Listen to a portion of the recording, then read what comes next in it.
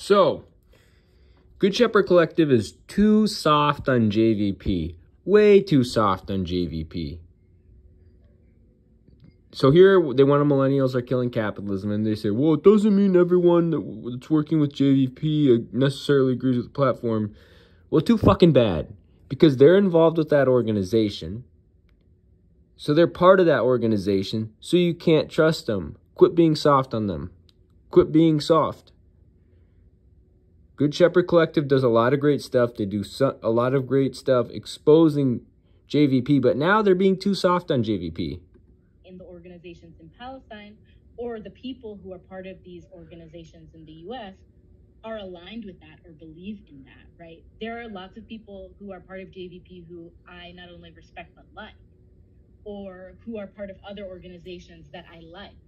But there is a difference between their politics and the organization that gets them. So you like people that are involved with this organization, Jewish Voice for Peace, a sinister extension of the Zionist occupation regime. Money and hires the people and allocates the funds, and that's really important. And I'll come back to that in just a second. But so I just wanted to... So you like people that are in JVP? And no, there is really no difference between the people that are the fundraisers and the general membership. Fuck JVP. Fuck JVP. Look, I'm part Palestinian. I'm part Palestinian. Where is this at? I'm part Palestinian. I might be only 1/16 Palestinian. I'm 1/16 Lebanese, 1/16 Palestinian. But for real, if you think there's a difference between the organization's general membership and the leadership in JVP, you're fucking mistaken. You're mistaken. There is no tangible difference between JVP leadership and JVP membership. Same shit goes for DSA. You're so mistaken. Good Shepherd Collective is too soft on JVP. Say that because I don't want, I don't like these blanket condemnations. Fuck you. I like blanket condemnations because we have to create a line. We have to draw a boundary. We have to draw a line. And JVP done crossed the line hella times. I don't think that they help people. But you don't think they help people? I think they help people. Blanket condemnations are necessary. They're necessary. Because we can point out and say, I can't work with that person. They're in that organization. I can't work with that person. They're that organization. It shows you who you can work with. Yeah, I think that intentionally or not, in the NGO spaces, this happens so much of the time. And also, organizing becomes a career, right? But I also wanted to say that there's another thing that happens sometimes. Two other things. One is, if you refuse to, if you're misidentified as an idealist and you're actually a radical and you can't be changed into a pragmatist, what happens? You're sidelined, right? Which the article talks about a little bit. But often, also sidelined by these organizations which refuse critique. And a good example of that is DSA and the Palestine Solidarity Working Group, which just completely sidelined a number of very good, very capable, very committed organizers. And also this was part of a organized media campaign. NGOs took part in this, and we can talk about that. But that's one thing that happens. The other thing that happens is, I was thinking about this as I was sort of thinking about your questions, that I think there's also this other kind of counterinsurgency, or maybe I just don't know enough about it, but, talking about this idea of humanism and this critique of the left that we're not human enough. I think there's this other thing that happens where idealists, maybe it's just what you described, that idealists are convinced into becoming unable to do anything, because doing anything means you're hurting someone. And what does that mean? And guess what? I'm not an idealist. I'm not an idealist. I mean, I don't know. It's just something I was thinking about. But I wanted to like just end my point here because although, like I said, like there are people in JVP who I very much respect and other So you respect people who are liberal Zionists? Bro, if you're part of a liberal Zionist organization, you are a liberal Zionist. End of discussion. JVP is a Zionist organization. Let's check it out. Since its initiation, JVP has nurtured, sustained policies, ideologies, and objectives that wholly support the fascist Zionist entity and its continued imperialist existence on indigenous Palestinian land. So JVP, a sinister extension of the Zionist occupation regime. And this is from Al-Tawabet, and it says, settlers, fuck off. So, JVP, Jewish Voice for Peace, a sinister extension of the Zionist occupation. So this one has already been mentioned above. However, JVP is funded by the Bafra Young Fund.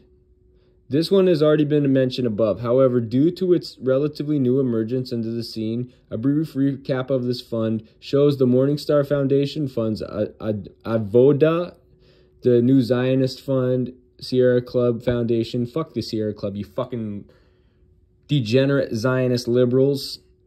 Alongside others, among its donor organizations, and the If Not Now movement and Tides Center, funded by George Soros, sister organization of the Tides Foundation, among its donor recipients with Jewish Voice for Peace.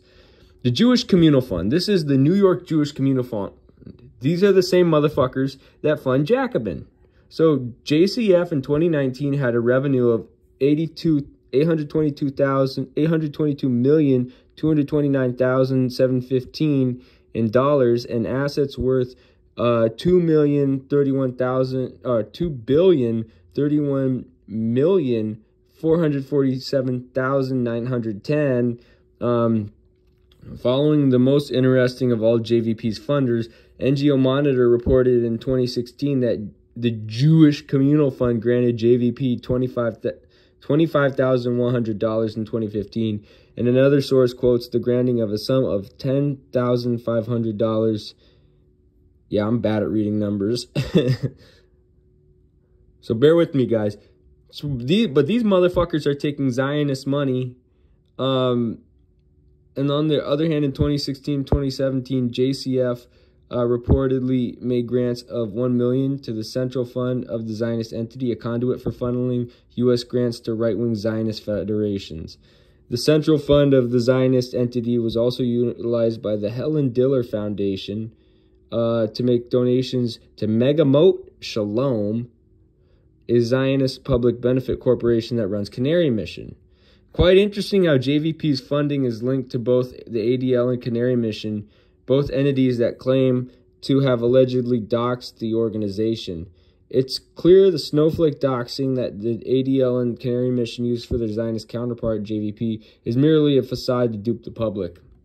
We at Al-Tawabet refuse normalization, white saviorism, Zionist propaganda, and any entity that admits to the existence of the Zionist entity, let alone a leftist Zionist entity. We refuse to be pawns in the imperialist agenda.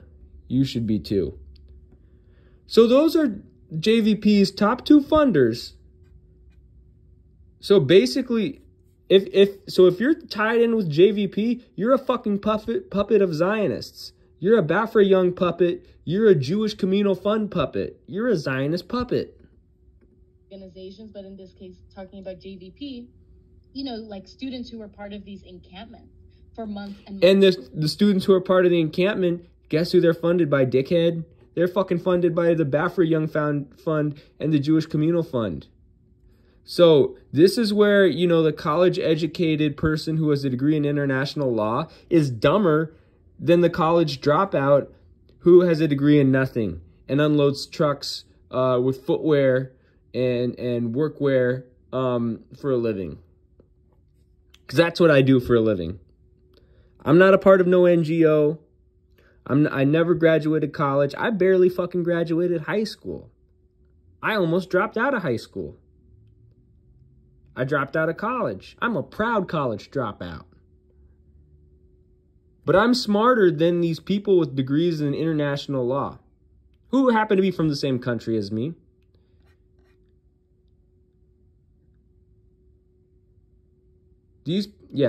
I'm smarter than people who have degrees in international law who happen to be from literally the same country as me and who run an NGO. Because I don't see a tangible difference between the general membership of JVP and the leadership of JVP. And you can even argue that JVP was on the college encampments to subvert anti-Zionist energy into JVP, which is a Zionist cult, which we just exposed, and we're going to further expose them. So again, I'm smarter than these college-educated NGOists. By the way, Benna is getting her, I guess, master's or PhD or something in Ireland. By the way, I'll never sell out to Ireland. I'll never sell out to the Irish. You know me. I grew up in South Anchorage. I was one of 3 Arab families in South Anchorage.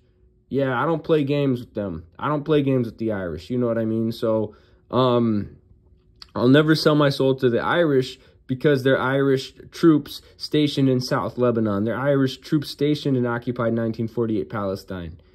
And they serve Zionism. Wallahi, I'll never sell out to the Irish, and I'll never sell out to the Zionists or to JVP's general membership. Again, the Good Shepherd Collective is way too soft on JVP. And this is what happens when you have a college degree. This is what happens when you're a sellout, when you can't see JVP's general membership is working with their leadership to subvert revolutionary energy. That's what they're trying to do. Again, months and months. I'm familiar with this because I live in Anchorage, Alaska. There's the Native Movement, which is the partner group of the NDN Collective, which is funded by the Baffer-Youngs, which is the Gelman family and Levi Strauss's organization, which is a Zionist shithole. It's a Zionist cult. I'm familiar with this.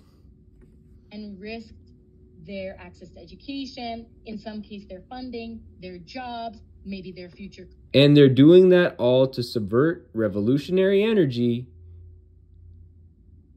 into liberal Zionist organizing. So we talked about the Baffer-Young Foundation or Fund or whatever the fuck it's called, and the Jewish Communal Fund. Now we're going to talk about the Schwab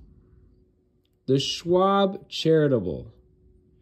So, a provider of donor-advised funds, Schwab Charitable Fund in 2017 had a revenue of $3,147,045,622 and assets totaling $634,353,155. While in 2021 alone, a total sum of $4,400,000 was granted. Again, I failed math class, okay? I suck at reading numbers.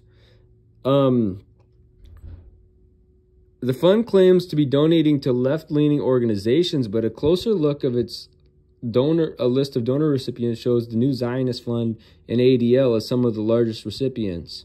By the way, the president of the Alaska ACLU is also on the board of the ADL. We'll get into that in a little bit here. Both JVP and the ADL, notorious for physically attacking and even murdering Palestinians in the diaspora, receive funding from the same source. Tides Foundation. The Tides Foundation has revenue of $511,078,682 and assets worth $531,362,799 in 2019, and has been a consistent benefactor of JVP with grants dating back to 2014. In 2019 alone, the Tides Foundation made grants of varying amounts to normalizing entities, some of which are the Sierra Club, Amnesty International, USA, Code Pink, If Not Now, as well as outright Zionist organizations like the J Street Educational Fund. The Tides Foundation has also previously funded the New Zionist Fund and the Zionist Policy Forum.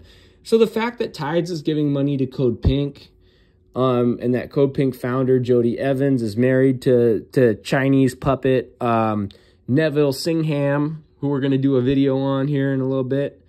That's a red flag, dude. That's a red flag. So Code Pink, I told you they're a Zionist organization. So JVP's donor organizations. A few donors, funders, and donor organizations were mentioned above, but the following will go into more detail about the sources of JVP's funding. The Rockefeller Brothers Fund. And I've been talking about this for several months now, like maybe 4 or 5 months now. One of JVP's most prominent funders, Rockefeller Brothers Fund, RBF, as of 2015, had a revenue of $14,599,535, I guess 100 is redundant, and assets worth $859,466,256. In 2019, the fund distributed $38,700,000 in grants to almost 350 grants. However, when scrutinizing the list of its organizations that received these grants, JVP sits among others like the ADL, If Not Now, J Street Education Fund, Just Vision, and the Sierra Club. Most important among RBF's donor organizations is the ADLF, which supports left-leaning anti-Semitism watchdog, the Anti-Defamation League. It's highly interesting since JVP has been allegedly doxxed and outed as anti-Zionist and anti-Semitic by the ADL for almost a decade now. That undoubtedly stirred up a lot of commotion in the media and earned JVP its fair share of press and spotlight. However, that is all barely believable since the ADLF, which provides funding and support to the ADL, garners a chunk of its finances from the same funder that's JVP's biggest donor. Not to mention the ADL also routinely publishes public profiles threatening the safety and privacy of Palestinian activists, which begs the question, why are the ADL and JVP commonly funded by the same entity, whereas they both claim to have polar opposite goals and approaches?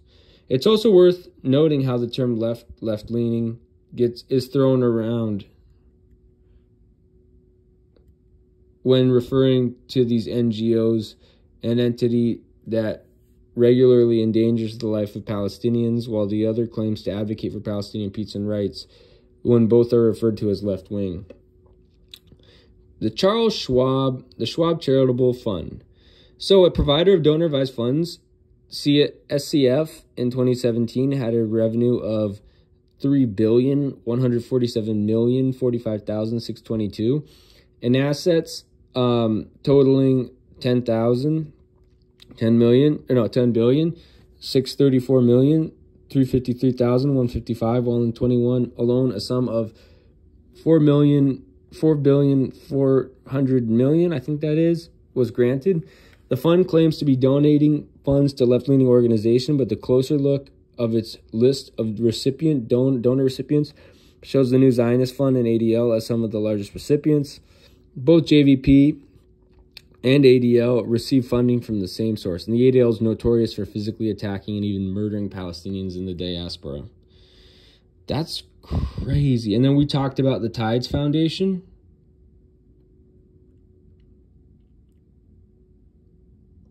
And we talked about the Rockefeller Fund. So now, what is JVP?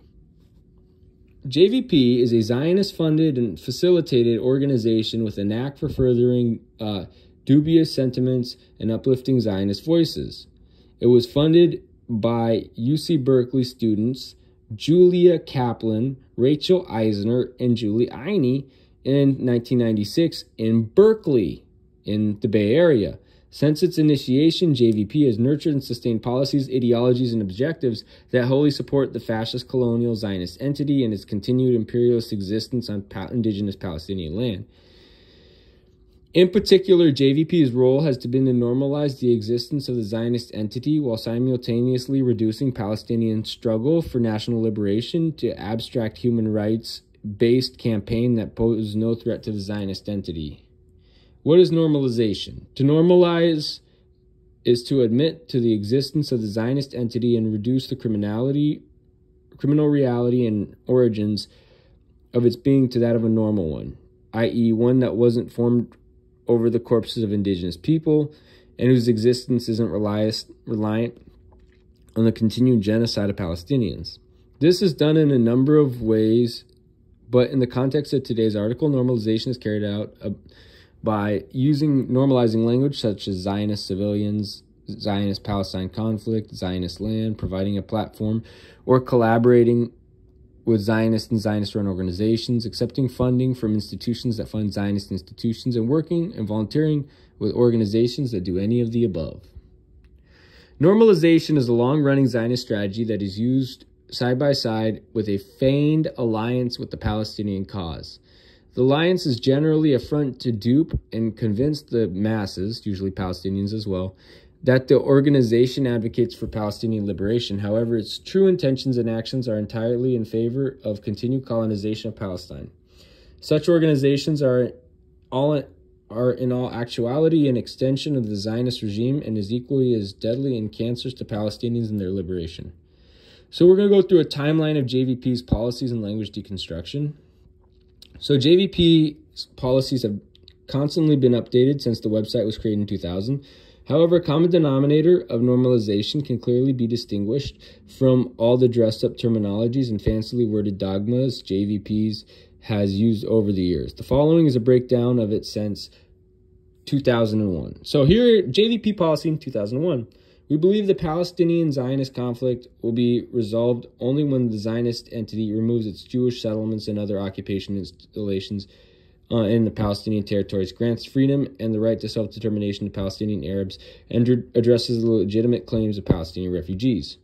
So this is evasion from using the correct terminology, such as colonization, settler colonialism, ethnic cleansing, genocide, apartheid, etc., and oversimplifying, diminishing the reality of the Zionist entity's racial extermination of Palestinians to a conflict is unabashedly reductionist approach that conveniently provides cover for the Zionist entity to continue its relentless war crime rampage so the world turns a blind eye to it.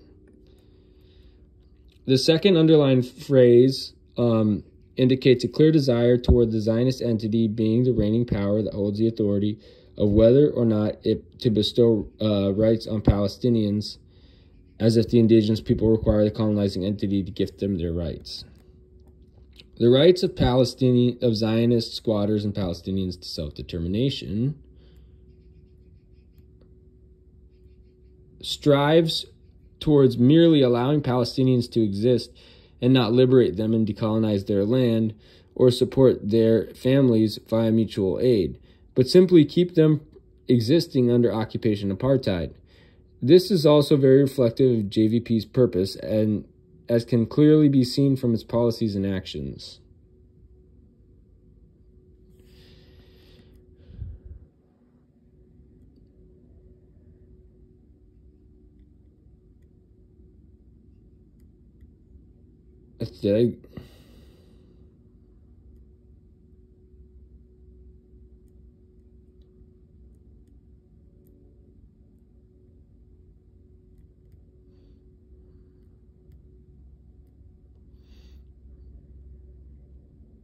So the right of Zionist squatters, the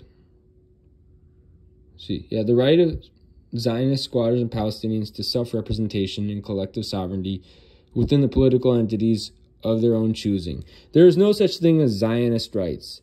Simply U.S. and EU settlers with pre-existing nationalities, and Asian and African settlers as well, by the way, with pre-existing nationalities of where they came from. JVP's use of language is crystal clear when admittance and endorsement of their existence of the Zionist entity and settlers that identify as Zionists, Zionist squatters. They're all Zionist squatters, dickhead, and all of them must be extradited. The use of the collective sovereignty is blatant Yeah, so there's no such thing as quote-unquote Israeli rights. Simply U.S. and EU settlers and Canadian and Ethiopian and Moroccan and Iraqi and Iranian settlers with pre-existing nationalities of where they came from. JVP's use of language is crystal clear, an endorsement of the existence of the Zionist entity and settlers that identify as quote-unquote Israelis, i.e. Zionist squatters. Although all settlers in Palestine are Zionist squatters and must be removed. They must be removed using force. Yeah, extradited or used force, removed using force, right? The use of collective sovereignty is blatant advocacy for a two-state solution that calls for both Zionist squatters and Palestinians to collectively reside together. The colonizer and the colonized will never, quote-unquote, coexist.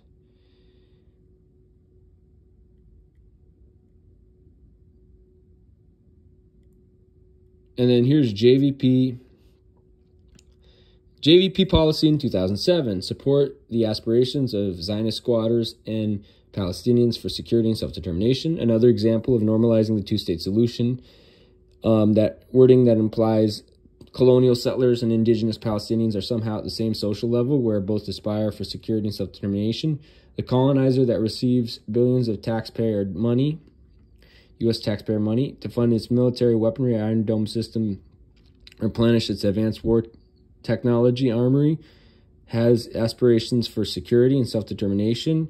Yeah, right. Get the fuck out of here with the self-determination and security. That's just genocide and settler colonialism. And then to the Zionist occupation of the West Bank, Gaza, and East Qudus. Also a very clear attempt to not only fragment the Palestinian state, no such thing as East Qudus, Qudus will not be divided, but also to minimize the Zionist entity's occupation of Palestine to only those three areas. Again, my family's from occupied 1948 Palestine. On my grandma's side, the Palestinian branch of my grandma's family is from 1948 Palestine. They're from the town of Daliat al-Carmel, the town of Isfia, the town of Yarka, the town of Maqar.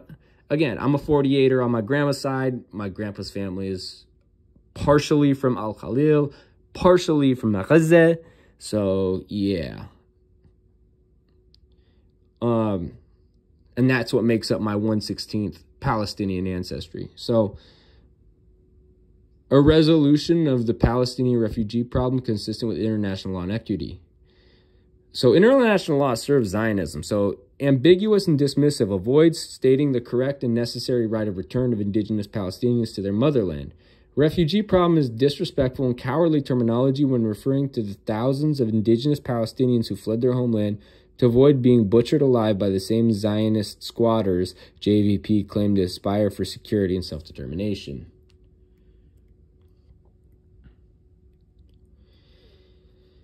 And now, here is JVP's policy in 2013. Qudus has to be shared in a manner that reflects its spiritual, economic, and political importance to both Zionist squatters and Palestinians.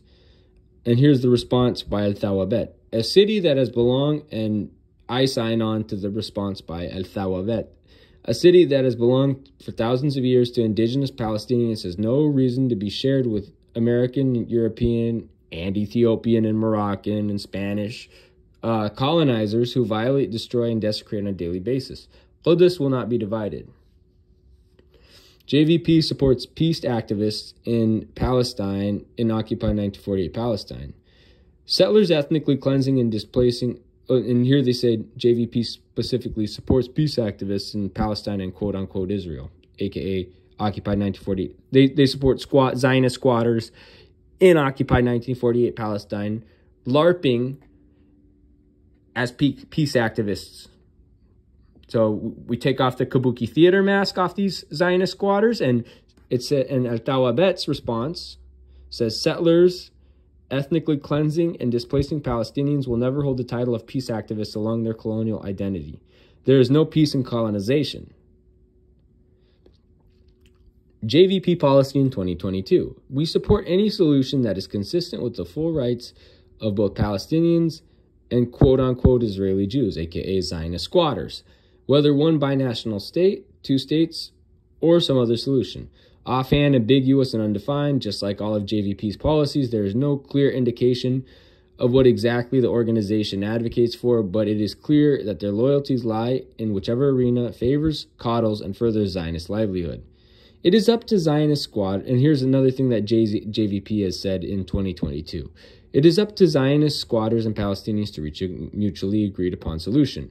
The response from El Thawabet, and I sign on to the response from El Thawabet.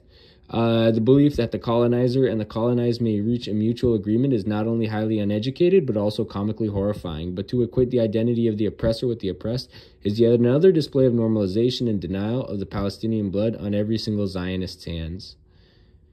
And it says quote-unquote Israeli, but Zionist squatters, because they're all Zionist squatters.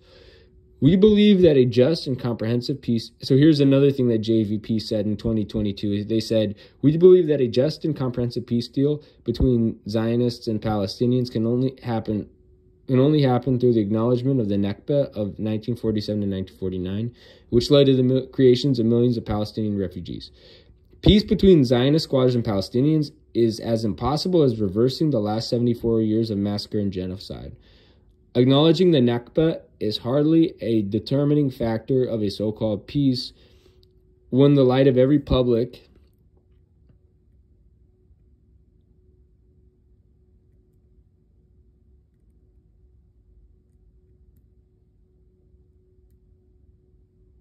let's see, public, nope, it's down here. Every public and documented. So, peace between Zionist squatters and Palestinians is impossible as impossible as reversing the last 74 years of massacres and genocide. Acknowledging the Nakba is hardly a determining factor of a so-called peace when in light of the very public and documented Death to Arabs March in quote, and they have it in quotes here, in 2021, in May 2021 and May 2022, where white Zionist men roamed the streets of Qudus calling for a second Nakba and face no consequences whatsoever. It is clear that the Zionist entity acknowledges the Nakba and continues it every day. It is both ignorant and beyond foolish for JVP to have this as one of their alleged mission statements. JVP, since its early years, has never held a single stance or enforced one policy that could ever advocate for Palestinian rights, liberation, empowerment, or decolonization from the Zionist entity. It's important that people know we care about. So this was from Penny Rosenwasser, in JVP's founding JVP board member in April 11, 2022. It's important that people know we care about quote-unquote Israel and believe that the right to exist, it has the right to exist, but that Palestinian lives are just as valuable as quote-unquote Israeli lives. And that's from Penny Rosenwasser, the German Zionist, who was a founding JVP board member. I say German, she's German-American, but America was built on stolen Athabascan, Salish, and Ohlone lands. So JVP staff members and their ties. Below is a handful of JVP staff, current and former, whose connections and links with Zionist organizations prior, during, and after their employment with JVP are a clear indication of what the organization stands for. Rachel Lena Eisner. So one of the founding members of JVP, Rachel is based in Berkeley, where she currently works as a director of development and communication with Civicor. Her professional portfolio lists her as a BA undergraduate multidisciplinary studies from the University of California, Berkeley, where she was fairly active in the Progressive Zionist Caucus Society. She co-founded JVP in 1996 and immediately after, with no time to lose, was hired as Associate Regional Director of the New Zionist Fund in 1997, where she worked for over 4 years. The New Zionist Fund is a U.S.-based nonprofit, lists its own objectives as aiming to strengthen Zionist democracy and attain equality and justice for Zionist squatters, while routinely allocating millions of dollars in grants to Zionist establishments and simultaneously accepting funding from similar entities as well. So later in 2010, Rachel attained the position of Northwest Regional Director at J Street, and she worked with a pro-Zionist organization for more than 8 years. It goes without saying that J Street, yet another U.S.-based nonprofit, strives towards advancing Zionist interests with its two-state solution advocacy and centering American Zionist relations while maintaining a steady flow of financial aid from the U.S. to fund the genocide of Palestinians. And then, so this is Rachel Eisner on a two-state solution between the Zionist entity and Palestine. We know this is the only solution. There is no other solution. Yes, I am doing a German accent for fucking German-American Jews. Yes.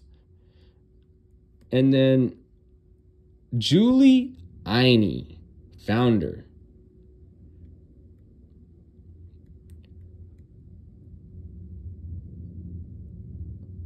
So another one of JVP's co-founders, Julie Eine's participation in the pro-Zionist activities dates back to her years in the 3rd grade. So she's been a Zionist since grade 3.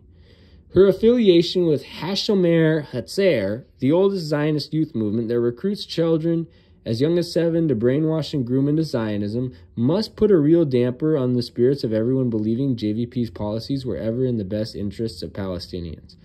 Certainly not the last of her affiliations with the Zionist organizations, Julie was also an active member of the Progressive Zionist Caucus movement during her undergrad years at the University of California, Berkeley. Oh, and this fat ass right here, Mitchell Plitnick, who writes for fucking Mondoweiss and got platformed by Brianna Joy Gray. So next time you watch Brianna Joy Gray, associate her with this fat fuck Zionist Mitchell Plitnick. So Mitchell Plitnick, ex-co-director, a former co-director of JVP who majorly contributed to the organization's takeoff in its initial years, Mitchell has a history and a current-day track record of serving Zionists and planting normalizers in Palestinian communities. Aside from being the co-director at JVP, his past positions also list him as director of B'Tselem, the Zionist Center for Human Rights. What a fucking misnomer. He's also served as the vice president at the Foundation for Middle East Peace.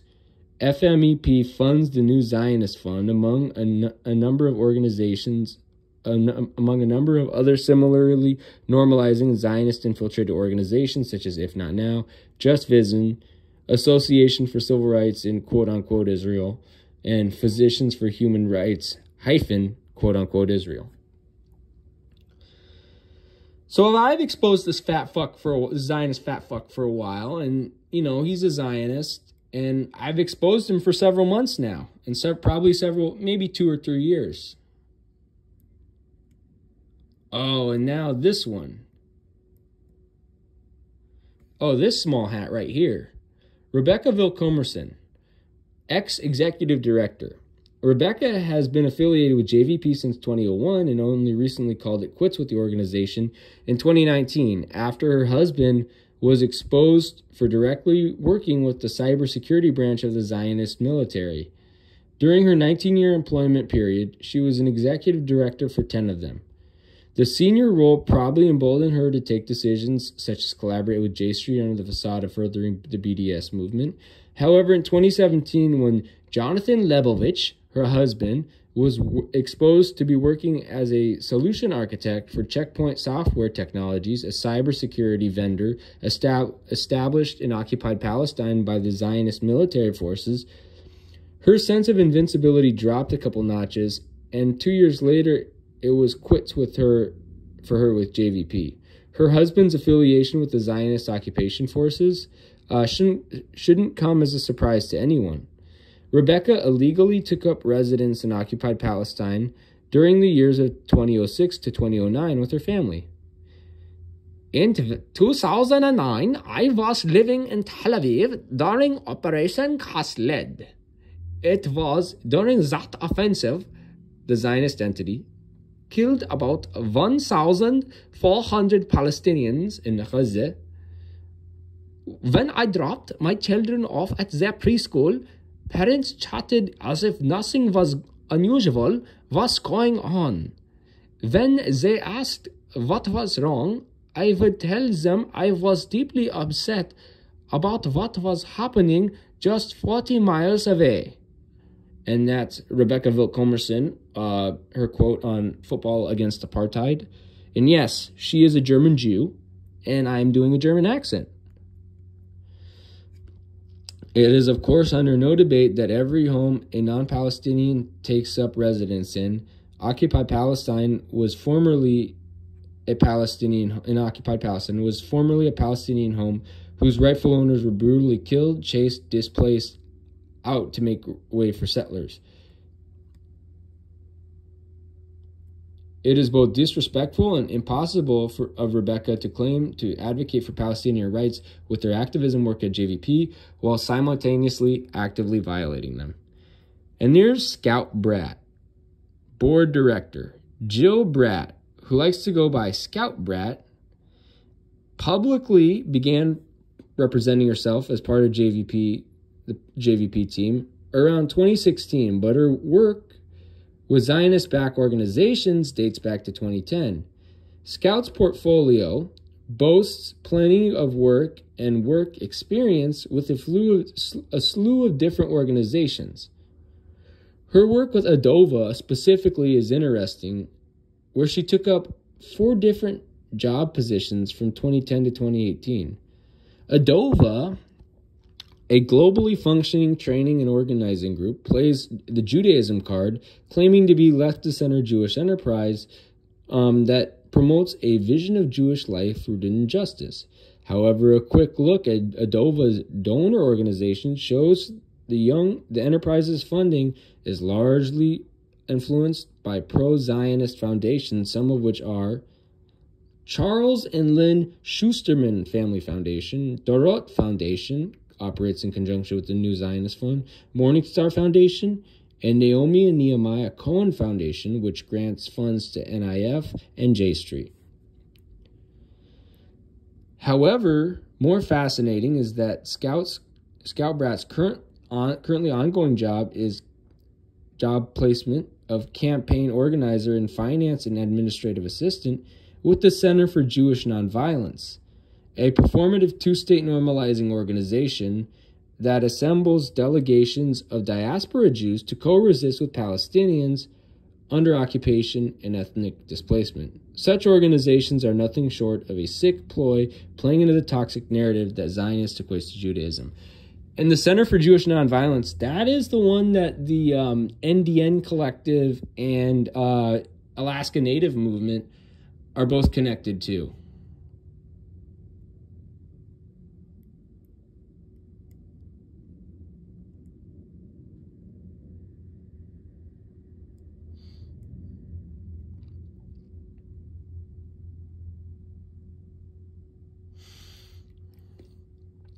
Maybe that's up there in the next page.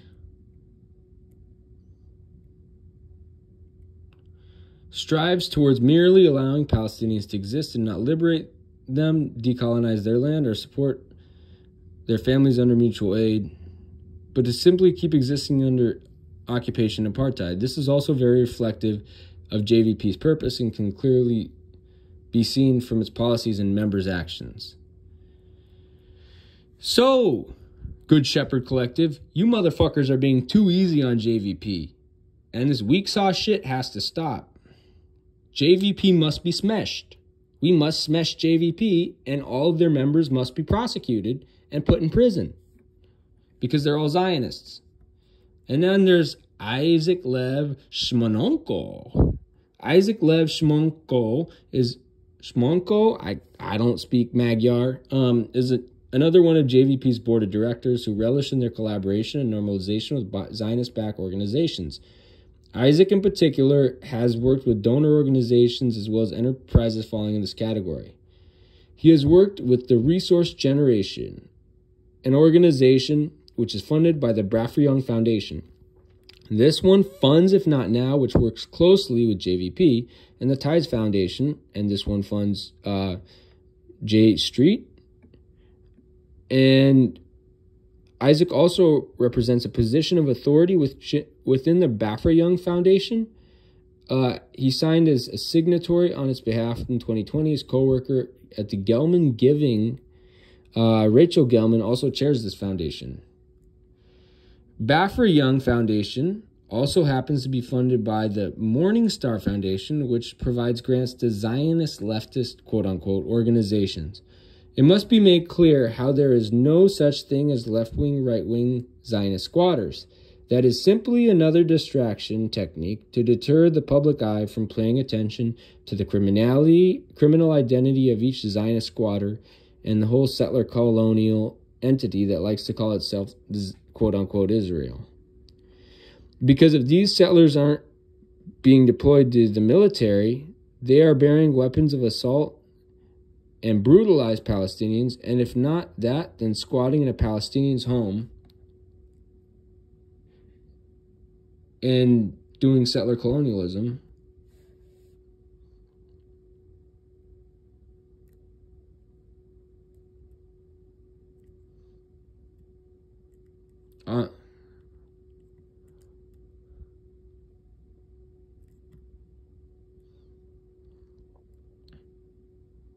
Where the fuck does the rest? And aiding the genocide. That's what they're doing.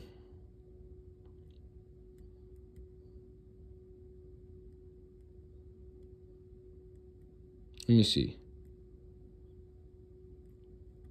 But yeah, they're committing genocide. That's what they're doing.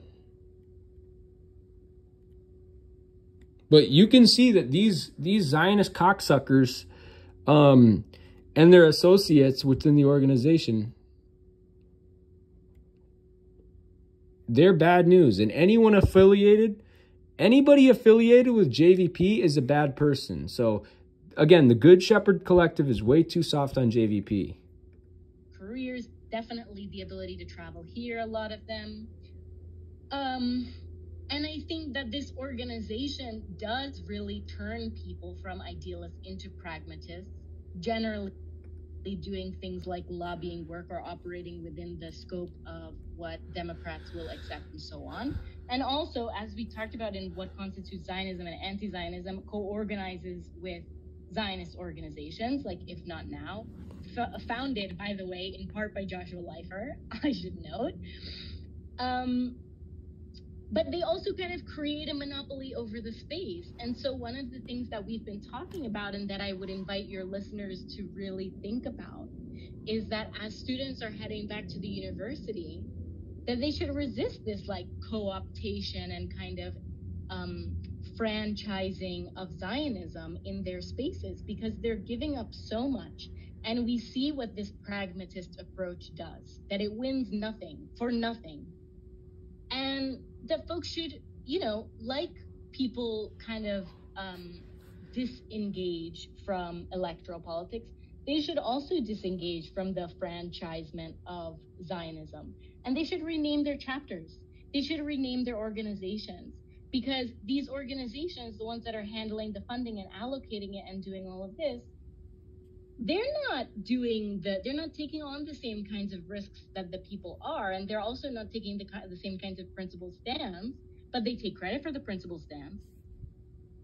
And so, again, too soft. They're too soft on JVP's general membership. So, again, there you go. This is why college dropouts are smarter than college graduates. In many different ways. Because I'm a college dropout and I can see through the bullshit. I know I talked much longer than I meant to, but I think that's something really important, and that's one way that folks can sort of take their power back. And I will just make a joke to end it for any. So there you go. There you go. Good Shepherd Collective is too soft on JVP's general membership. Too soft on JVP's general membership. So there you go.